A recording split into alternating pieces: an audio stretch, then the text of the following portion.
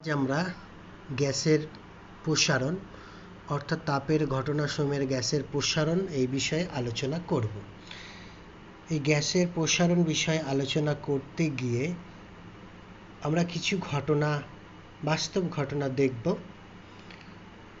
গ্রীষ্মকালে ঘটনা 1, গ্রীষ্মকালে প্রখর রোদে দাঁড়িয়ে থাকা সাইকেলের টায়ার অনেক সময় ফেটে যায়। ঘটনা 2, বেলুন ফুলিয়ে রোদ্দুরে রেখে দিলে এক সময় ফেটে যায়। ঘটনা 3, রুটি সেকলে বা লুচি ভাজলে ফুলে ওঠে। ঘটনা 4, কর্কের ছিপি লাগানো বোতলকে গরম করলে এক সময় ছিপিটা সশব্দে ছিটকে যায়। এরকম কেন হয়? কারণ গ্রীষ্মকালে প্রখর রোদে দাঁড়িয়ে থাকা সাইকেলের টায়ারের মধ্যে যে বাতাস থাকে তা তাপ পেয়ে তার আয়তন প্রসারণ হয়, ফলে সেই চাপে ওই সাইকেলের টায়ার ফেটে যায়। অর্থাৎ অবশ্যই এখানে আয়তন প্রসারণ। বেলুন ফুলিয়ে রোদ্দুরে রেখে দিলে এক সময় ফেটে যায়। এখানেও কিন্তু বেলুনের মধ্যে থাকা বাতাস তাপে প্রসারিত হয়ে বেলুনের ওপর চাপ দেয়, তাই এক সময় ফেটে যায়। রুটি বা লুচি ভাজলে ফুলে ওঠে, তার কারণ রুটি বা লুচির মধ্যস্থ বাতাস তাপের প্রভাবে ফুলে ওঠে বা তার আয়তন প্রসারণ হয়, ফলে রুটি লুচি ভাজলে ফুলে ওঠে। কর্কের ছিপি লাগানো বোতলকে গরম করলে ওই কর্কের ছিপি লাগানো বোতলের মধ্যস্থ যে বাতাস তার আয়তনের প্রসারণ হয় এবং এর ফলে কর্কের ছিপির ওপর চাপ দেয়, ফলে ছিপিটি সশব্দে ছিটকে যায়।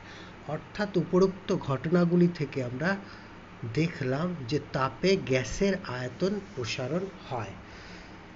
এই গ্যাসের আয়তন প্রসারণ সম্পর্কে আমরা কিছু তথ্য জেনে নেব। গ্যাসীয় পদার্থের নির্দিষ্ট আকার না থাকার কারণে গ্যাসের শুধুমাত্র আয়তন প্রসারণ হয়। অর্থাৎ আমরা কঠিন পদার্থের ক্ষেত্রে দেখেছি যে কঠিন পদার্থের দৈর্ঘ্য প্রসারণ হয়, ক্ষেত্র প্রসারণ হয় এবং আয়তন প্রসারণ হয়। তরল পদার্থের ক্ষেত্রে যেহেতু নির্দিষ্ট আকার থাকে না, তার আয়তন প্রসারণ হয়। ঠিক একইভাবে গ্যাসীয় পদার্থের নির্দিষ্ট আকার না থাকার কারণে শুধুমাত্র তাপের প্রভাবে গ্যাসের আয়তন প্রসারণ হয়। কিন্তু তরলের থেকে গ্যাসের আয়তন প্রসারণের একটু পার্থক্য দেখা যাক। পয়েন্ট 2, তরল বা গ্যাসীয় পদার্থকে কোনো পাত্রে রেখে উত্তপ্ত করতে হয়। যেহেতু তরল বা গ্যাসীয় পদার্থের কোনো আকার থাকে না, ফলে এদের প্রসারণের সঙ্গেই পাত্রের প্রসারণ ঘটে। তরলের প্রসারণের তুলনায় কঠিন পদার্থের প্রসারণ কম হলেও উপেক্ষা করা যায় না। তাই তরলের ক্ষেত্রে আপাত ও প্রকৃত প্রসারণ গুণাঙ্ক থাকে। আগেই আলোচনা করেছি, পাত্রের প্রসারণকে যদি আমরা উপেক্ষা করি তাহলে তরলের আপাত প্রসারণ হয়, আর পাত্রের প্রসারণকে যদি আমরা ধরি তাহলে তরলের প্রকৃত প্রসারণ হয়। কিন্তু গ্যাসীয় পদার্থের তুলনায় কঠিনের প্রসারণ প্রায় 1/100 ভাগ, অর্থাৎ অনেক কম বলে পাত্রের প্রসারণ বিবেচনা করা হয় না। তাই গ্যাসীয় পদার্থের আপাত প্রসারণ গুণাঙ্ক বিবেচনা করা হয় না বা থাকে না। অর্থাৎ যেহেতু তরল বা গ্যাসীয় পদার্থের দুটোরই কোনো আকার না থাকার কারণে পাত্রে রেখে তাদের তাপ দিতে হয়, সেই তাপ দেওয়ার ফলে পাত্রের সঙ্গে সঙ্গে তরল বা গ্যাসের প্রসারণ হয়, অর্থাৎ পাত্রের প্রসারণ হয় এবং গ্যাসেরও প্রসারণ হয়। কিন্তু তরলের প্রসারণের তুলনায় কঠিন পদার্থের প্রসারণ কম হলেও উপেক্ষা করা যায় না। তাই তরলের ক্ষেত্রে আপাত ও প্রকৃত প্রসারণ গুণাঙ্ক থাকে, কিন্তু গ্যাসীয় পদার্থের তুলনায় কঠিনের প্রসারণ প্রায় 1/100 অনেক কম বলে পাত্রের প্রসারণ এই গ্যাসীয় আয়তের প্রসারণ ক্ষেত্রে বিবেচনা করা হয় না। তাই গ্যাসীয় পদার্থের আপাত প্রসারণ গুণাঙ্ক বিবেচনা করা হয় না বা থাকে না। শুধুমাত্র গ্যাসের ক্ষেত্রে যেটা হবে, নির্দিষ্ট ভরের ক্ষেত্রে কোনো গ্যাসের উষ্ণতা বৃদ্ধি করলে চাপ ও আয়তন উভয়ই বৃদ্ধি পায়। অর্থাৎ গ্যাসের নির্দিষ্ট ভরের কোনো গ্যাসের যদি উষ্ণতা বৃদ্ধি করা হয় তাহলে চাপ ও আয়তন উভয়ই বৃদ্ধি পায়। কারণ আমরা জানি উষ্ণতার সঙ্গে চাপ এবং আয়তন দুটোই সমানুপাতিক।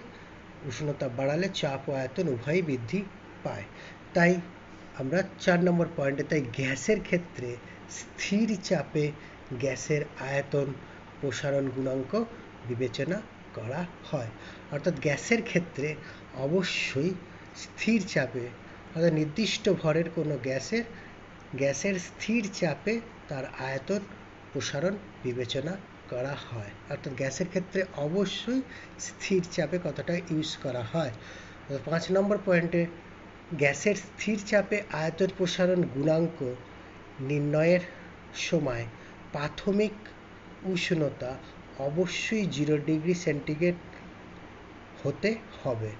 অর্থাৎ আমরা যখন গ্যাসের আয়তন প্রসারণ গুণাঙ্ক নির্ণয় করব তখন গ্যাসের প্রাথমিক উষ্ণতা অবশ্যই 0 ডিগ্রি সেন্টিগ্রেড হতে হবে। কারণ উষ্ণতা পার্থক্য সমান হলেও আয়তন প্রসারণ সমান হয় না। যেমন 15 ডিগ্রি সেন্টিগ্রেডে যে আয়তন 16 ডিগ্রি সেন্টিগ্রেডে যে আয়তন হবে, এখানে উষ্ণতার পার্থক্য 1 ডিগ্রি। এর ফলে আয়তন প্রসারণ যা হবে সেখানে 0 ডিগ্রি সেন্টিগ্রেড উষ্ণতা থেকে 1 ডিগ্রি সেন্টিগ্রেড উষ্ণতা বৃদ্ধি হলে আয়তন প্রসারণ সমান হয় না। তাই অবশ্যই প্রাথমিক উষ্ণতা গ্যাসের 0 ডিগ্রি সেন্টিগ্রেড হতে হবে। তাহলে আমরা গ্যাসের আয়তন প্রসারণ গুণাঙ্কর সংজ্ঞা দেব। চাপ স্থির রেখে অবশ্যই নির্দিষ্ট ভরের কোনো গ্যাসের উষ্ণতা 0 ডিগ্রি সেন্টিগ্রেড থেকে 1 ডিগ্রি সেন্টিগ্রেড বৃদ্ধি করলে গ্যাসের প্রতি একক আয়তনে যে আয়তন প্রসারণ হয় তাকে ওই গ্যাসের আয়তন প্রসারণ গুণাঙ্ক বলে। চাপ স্থির রেখে নির্দিষ্ট ভরের কোনো গ্যাসের উষ্ণতা 0 ডিগ্রি সেন্টিগ্রেডে অবশ্যই থেকে 1 ডিগ্রি সেন্টিগ্রেড বৃদ্ধি করলে গ্যাসের প্রতি একক আয়তনে যে আয়তন প্রসারণ হয় তাকে ওই গ্যাসের আয়তন প্রসারণ গুণাঙ্ক বলে। ধরা যাক গ্যামা পি প্রেসার স্থির চাপে গ্যাসের আয়তন প্রসারণ গুণাঙ্ক। তাহলে ধরা যাক স্থির চাপে নির্দিষ্ট ভরের কোনো গ্যাসের ক্ষেত্রে আমরা ধরি 0 ডিগ্রি সেন্টিগ্রেড উষ্ণতায় আয়তন V0 আর উষ্ণতা বৃদ্ধি করে T ডিগ্রি সেন্টিগ্রেড উষ্ণতায় আয়তন VT। তাহলে T-0 ডিগ্রি সেন্টিগ্রেড উষ্ণতা বৃদ্ধিতে আয়তন প্রসারণ VT-V0। তাহলে একক উষ্ণতা বৃদ্ধিতে আয়তন প্রসারণ আগের মতোই VT-V0 T-0 মানে T। তাহলে একক উষ্ণতা বৃদ্ধি ও একক আয়তনে প্রসারণ তাহলে কত হবে? যদি একক আয়তনে প্রসারণ হয় প্রাথমিক আয়তন V0 দিয়ে ভাগ করতে হবে, VT-V0 V0 ইন্টু T। তাহলে আমরা লিখতে পারি গামা পি অর্থাৎ স্থির চাপে গ্যাসের আয়তন প্রসারণ গুণাঙ্ক সমান VT-V0 বাই V0T। এটা যদি আমরা 1 নম্বর সমীকরণ দিই, আমরা দেখে নেব সিজিএস পদ্ধতিতে আয়তন প্রসারণ গুণাঙ্কের এখানেও একক হবে ডিগ্রি সেন্টিগ্রেড -1, অবশ্যই উষ্ণতার একক, এবং এসআই পদ্ধতিতে আয়তন প্রসারণ গুণাঙ্কের একক হবে কেলভিন -1। এবার 1 নম্বর সমীকরণ থেকে আমরা একটুখানি ক্যালকুলেশন করে নেব গ্যামা পি ইন্টু V0t, ক্রসে গুণ করলাম gamma P V0t VT minus V0। তাহলে ভিটিটা এদিকে রেখে V0টাকে ওদিকে নিয়ে গেলাম, তাহলে V0 plus gamma P V0t, তাহলে V0 কমন নিলাম, তাহলে 1 plus gamma P into T VT সমান, এটা 2 নম্বর সমীকরণ পেলাম। এবার চার্লসের সূত্র থেকে আমরা জানি স্থির চাপে নির্দিষ্ট ভরের কোনো গ্যাসের 0 ডিগ্রি উষ্ণতায় আয়তন যদি V0 হয় এবং T ডিগ্রি উষ্ণতায় আয়তন VT হলে চার্লসের সূত্র থেকে আমরা পাই বা আমরা দেখেছি VT সমান V0 1 প্লাস T বাই 273। এটা তোমরা নিশ্চয়ই আগে দেখেছো যে গ্যাসের ধর্ম থেকে চার্লসের সূত্র থেকে VT সমান V0 1 প্লাস T বাই 273। এই 2 এবং 3 সমীকরণ দেখো, 2 সমীকরণ VT সমান V0 1 plus gamma P by T, এখানেও দেখো VT সমান V0 1 plus T by 273। VT সমান V0 সমান 1 প্লাস 1 সমান TT সমান, তাহলে গামা পি সমান কি লিখতে পারি, তাহলে সমীকরণ 2 এবং 3 তুলনা করে লিখতে পারি গামা পি সমান লিখতে পারি 1 বাই 273 ডিগ্রি সেন্টিগ্রেড -1। এটাকে ক্যালকুলেশন করলে দাঁড়াবে 3.663 ইন্টু 10⁻³ ডিগ্রি সেন্টিগ্রেড -1। এই মানটা কি বলা হয় 1 বাই 273 ডিগ্রি সেন্টিগ্রেড -1, এই মানটা কি বলা হয় স্থির চাপে গ্যাসের আয়তন প্রসারণ গুণাঙ্কের মান। যদি জিজ্ঞেস করা হয় স্থির চাপে গ্যাসের আয়তন গুণাঙ্কের মান কত, তাহলে গামা পি সমান হবে 1 বাই 273 ডিগ্রি সেন্টিগ্রেড -1, বা এটা লিখতে পারি 3.663 ইন্টু 10⁻³ ডিগ্রি সেন্টিগ্রেড -1। এবার একটা অঙ্ক দেখে নেব। দেওয়া আছে লোহার দৈর্ঘ্য প্রসারণ গুণাঙ্ক আলফাটা দিয়েছে 12 ইন্টু 10⁻6 পার ডিগ্রি সেন্টিগ্রেড হলে লোহার ক্ষেত্র প্রসারণ গুণাঙ্ক বিটা বের করতে হবে এবং আয়তন প্রসারণ গুণাঙ্ক গামাটা মান নির্ণয় করতে হবে। তাহলে আমাকে দৈর্ঘ্য প্রসারণ গুণাঙ্ক দিয়ে দিয়েছে আলফাটা কার, লোহার 12 ইন্টু 10⁻6 পার ডিগ্রি সেন্টিগ্রেড। আমরা জানি আলফা সমান বিটা বাই 2 সমান গামা বাই 3, তাহলে আলফা সমান বিটা বাই 2 এই সমীকরণ থেকে, তাহলে বিটা সমান কত হলো 2 আলফা, তাহলে ক্ষেত্র প্রসারণ গুণাঙ্ক হবে বিটা সমান কত 2 আলফা, তাহলে আলফা বলে দিয়েছে কত, আলফা বলেছে 12 ইন্টু 10⁻6, বসিয়ে দিলাম 2 ইন্টু 12 ইন্টু 10⁻6 পার degree centigrade 24 into 10⁻6 degree centigrade. তাহলে এটা ক্ষেত্র প্রসারণ গুণাঙ্ক হয়ে গেল।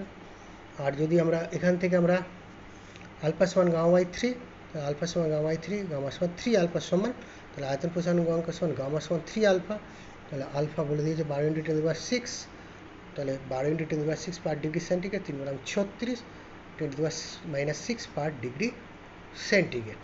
এবার আর একটা অঙ্ক আমরা দেখে নেব, দেখা যাক। এরকম অঙ্ক দিয়েছে কোনো কঠিন পদার্থের দৈর্ঘ্য প্রসারণ গুণাঙ্ক বলে দিয়েছে 27 ইন্টু 10⁻6 পার ডিগ্রি সেন্টিগ্রেড হলে ফারেনহাইট স্কেলে মান কত। তাহলে সেলসিয়াস স্কেলে বলে দিয়েছে কোনো কঠিন পদার্থের দৈর্ঘ্য প্রসারণ গুণাঙ্ক 27 ইন্টু 10⁻6 পার ডিগ্রি সেন্টিগ্রেড, তাহলে ফারেনহাইট স্কেলে এর মান কত। তাহলে সেলসিয়াস স্কেলে 1 ডিগ্রি সেন্টিগ্রেড বৃদ্ধি সমান, আমরা জানি ফারেনহাইট স্কেলে বৃদ্ধি সমান 9.5 ডিগ্রি ফারেনহাইট, তাহলে সেলসিয়াস স্কেলে 1 ডিগ্রি সেন্টিগ্রেড বৃদ্ধি সমান ফারেনহাইট স্কেলে বৃদ্ধি হচ্ছে 9.5 ডিগ্রি ফারেনহাইট। তাহলে সেলসিয়াস স্কেলে দৈর্ঘ্য প্রসারণ বলে দিয়েছে আমাকে 27 ইন্টু 10⁻6 পার ডিগ্রি সেন্টিগ্রেড, পার ডিগ্রি সেন্টিগ্রেড মানে 1 ডিগ্রি সেন্টিগ্রেড ধরতে পারি, তাহলে 1 ডিগ্রি সেন্টিগ্রেডের জায়গায় আমি 9.5 ডিগ্রি ফারেনহাইট লিখতে পারি। তাহলে এটা যদি কাটাকাটি করি 27 করে 5 চলে গেল, 5/9, তাহলে 3 9 27 10⁻6 ডিগ্রি ফারেনহাইটটা থেকে গেল, তাহলে 3 5 15, তাহলে 15 ইন্টু 10⁻6 ডিগ্রি ফারেনহাইট। তাহলে 1 ডিগ্রি সেন্টিগ্রেডের জায়গায় পার ডিগ্রি সেন্টিগ্রেড মানে কিছু নেই, মানে 1 ডিগ্রি লিখতে পারি, তার জায়গায় 9.5 ডিগ্রি আমরা লিখে দিলাম। 9.5 ডিগ্রি ফারেনহাইট যদি 1 ডিগ্রি সেন্টিগ্রেডে লিখে দিই, ক্যালকুলেশন করলে 27, 9.5টা একটু 5-এর 9, 3 9 27, 5 15 ইন্টু 10⁻6 মাইনাস পার ডিগ্রি ফারেনহাইট। আজকের আমরা আলোচনা আমরা এখানেই শেষ করছি।